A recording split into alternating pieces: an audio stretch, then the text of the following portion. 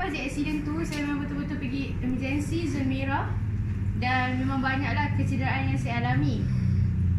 Kebanyakan orang pun tak sangka kecederaan ni yang saya alami. So antaranya, pertama sekali saya mengalami hentakan kepala, ada darah beku. Lepas tu tulang pinggul saya patah. Keadaan dia kaki saya terkepak.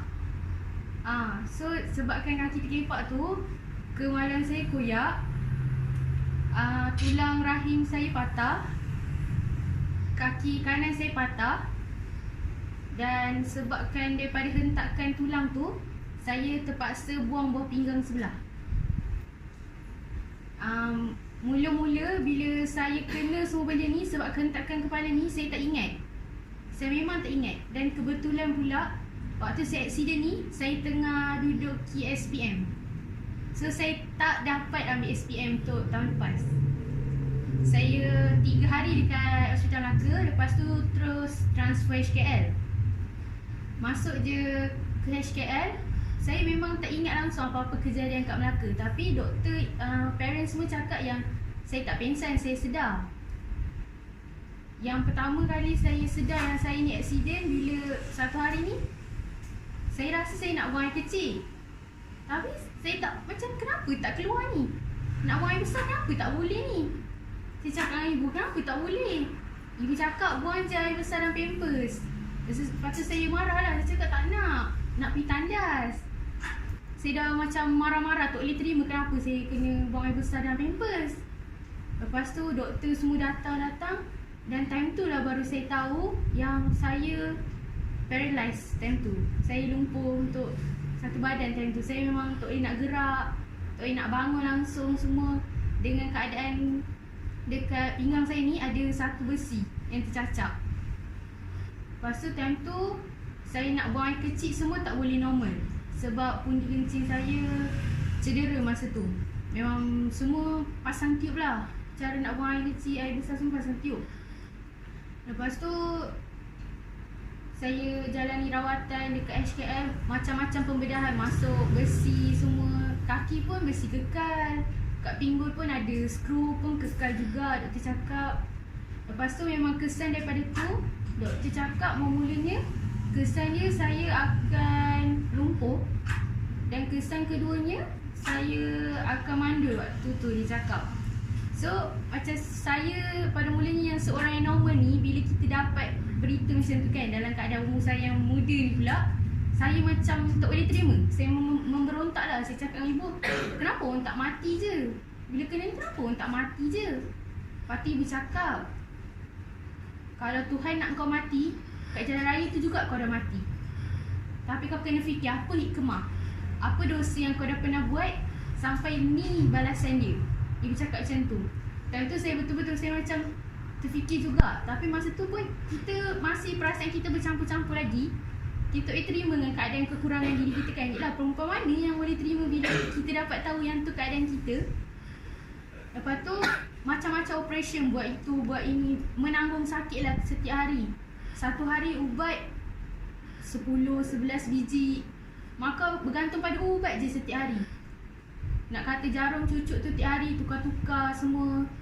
Daripada bulan 11 tu, bulan 12, tiba-tiba ada seorang makcik ni, dia chat dengan ibu dekat WhatsApp. Dia kata nak jumpa dengan ibu kat HKL. So ibu macam kenapa kan tiba-tiba nak jumpa. So makcik ni kata dia dapat tahu pasal aksiden saya ni, dia nak jumpa. Jumpalah dengan ibu. Dia jumpa tu, dia bawa 3 kotak susu Siti Joy. Lepas tu time tu ibu cakap, kita orang tak ada duit. Sebab banyak perbelanjaan untuk rawatan saya guna semua kan. Ibu cakap time tu, saya memang tak ada duit nak bayar benda ni. Makcik tu kata dia datang bawa 3 kotak susu ni bukan untuk berniaga ke apa tak. Dia kata dia memang nak sumbang 3 susu ni untuk saya. Lepas tu dia kata bila dah sihat nanti dia nak tahu tu je, dia tak minta apa-apa balasan semua tu. Start daripada situ, saya guna, saya consume 2 sachet untuk satu hari, siang dengan malam. Saya ni memang orang yang tak minum susu. Jadi ibu pun memang agak payah untuk paksa lah minum susu ni. Tapi kita nak sihat kan. Saya minum susu jaga. Minum. Lepas tu dekat bahagian kaki saya ada satu parut yang besar. Kat atas tapak kaki ni ada parut melintang. So parut tu doktor biarkan dia kering sendiri. So saya minum. Makcik tu kata ambil buih susu tu, sapu kat bahagian tu, dia kata. So ibu buat. Alhamdulillah luka tu pun makin kecut. Lepas tu dah berganti bulan semua, doktor kata yang saya ni nak operate kepala untuk buang darah beku tu. Tapi benda ni semua macam keajaiban. Bila dah check semua balik, doktor kata tak payah pembedahan. Dah tak ada darah beku, dah elok semua. Lepas tu dalam bulan 1 saya dah boleh bangun. Masa tu memang kita terkejut sebab doktor sendiri kata yang saya akan lumpuh seumur hidup kan.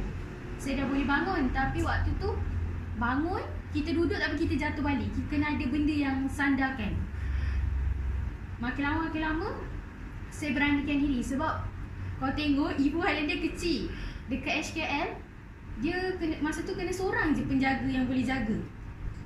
Nak harapkan nurse angkat kita semua, takkan setiap masa kita nak pergi mana-mana semua nurse angkat kan. So masa tu dengan keadaan ada besi, dengan berjahit semua, saya cuba bangun daripada katil, mengesot untuk turun kat wheelchair sendiri. Masa tu slowly dah boleh turun daripada wheelchair, dah boleh gerak. Dia step by step. Lepas tu lama-lama saya dah boleh bangun sendiri. Saya dah boleh berdiri tapi saya tak boleh jalan lagi. Doktor kata untuk saya boleh berjalan balik makan masa 2 hingga 3 tahun. Sebab pelvic fracture ni dia memang membahayakan.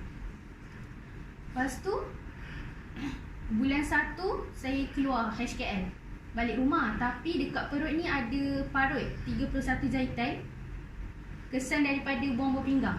So saya balik rumah. Macam balik tu kita dah semangat lah kan nak sihat. Dah hari yang ke-10 balik, pergi hospital Melaka untuk buka luka jahitan. Buka luka jahitan, yang 31 jahitan tu dia tak bercantum, dia terbuka balik. So sebabkan benda tu saya kena masuk hospital balik dalam sebulan. Setiap hari dressing, ada Nana dia akan toreh. Benda tu semua memang tak ada abuse, memang kita rasa sakit tu. Lepas tu doktor semua tanya, sebab sepatutnya dalam masa benda tu untuk cantum balik 1 hingga 2 bulan. Tapi saya dalam kurang daripada sebulan, luka tu dah bercantum balik. Doktor tak jahit balik sebab doktor kata lepas dah dressing dia akan jahit balik. Ni dia tak jahit balik, dia cantum sendiri. So doktor sendiri tanya, kenapa speedy recovery sangat kan? Apa yang macam suplemen ke apa-apa? Saya cakap tak ada, minum susu ni. Lepas tu ibu sendiri tunjuk susu ni dekat doktor. Ibu cakap, boleh tak beri kesan tak kat saya sebab buah pinggang saya kan sebelah kan. So doktor kata tak ada, susu ni macam memang dah banyak kabar angin lah sampai kat doktor pasal susu ni. Macam untuk orang kencing manis, untuk orang macam-macam penyakit dah banyak konsum susu ni, doktor kata. So susu ni memang baik. Sejak pada tu, alhamdulillah bulan 3 doktor kata saya dah boleh jalan.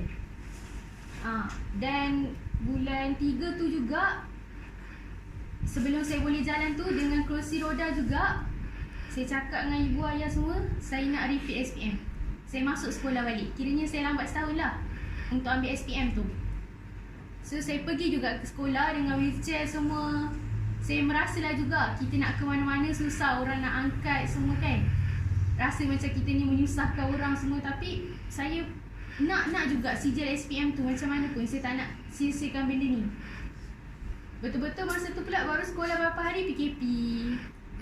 Dah cuti sekolah. Lepas tu pergi fisio semua, doktor kata yang saya dah boleh jalan. Tapi saya start boleh jalan guna tongkat tu tak ada fisio. Saya buat sendiri kat rumah. Saya search YouTube, saya tengok semua, saya buat sendiri kat rumah. Lepas tu dah dalam 2 minggu tu saya masih bertongkat lagi. Keadaan kaki pun sakit lagi. Saya try pergi hiking, saya try pergi jogging. Mula-mula saya jalan memang timpang. Doktor kata memang kesan dia saya jalan akan timpang. So macam saya perempuan, kalau timpang macam saya macam tak boleh terima tau. Saya buat lah hari-hari, saya nak bersenam, nak ni, sakit-sakit tapi saya buat juga. Saya nak jalan banyak apa semua. Pergi sekolah pun macam tak boleh nak duduk lama, tak boleh nak jalan lama. Tapi saya tak berhenti minum susu ni. Memang tak berhenti. Ibu bagi susu ni. Dan alhamdulillah macam sekarang, saya baru-baru hari tu saya pergi ortopedik. Doktor ukur semua kaki sebab hari tu dia kata keadaan kaki saya mungkin akan pendek sebelah, sebab tu yang akan tempang. Ukur semua tak ada, tak pendek, tak ada apa. Dan bermula pun doktor kata akan nak buatkan saya kat OKU. Dan ni alhamdulillah doktor kata tak perlu kat OKU. Dan sekarang pun saya tak tempang. Lepas tu perkembangan dia pun banyak yang macam daripada susu ni. Doktor pun yang pasal hal mandul tu pun cek balik, doktor kata saya boleh mengandung macam biasa, tak ada masalah. Tu memang satu nikmat lah bagi saya. Saya bersyukur sangat. Dan banyak lah, contohnya macam tekanan darah saya rendah, apa semua, saya minum susu ni semua, saya lebih sihat. Senang cerita memang daripada susu ni saya lebih sihat. Saya dapat kesihatan tu. Dan tahun ni bulan 2 saya nak SPM, doakan. InsyaAllah. Ayo sukses insyaAllah.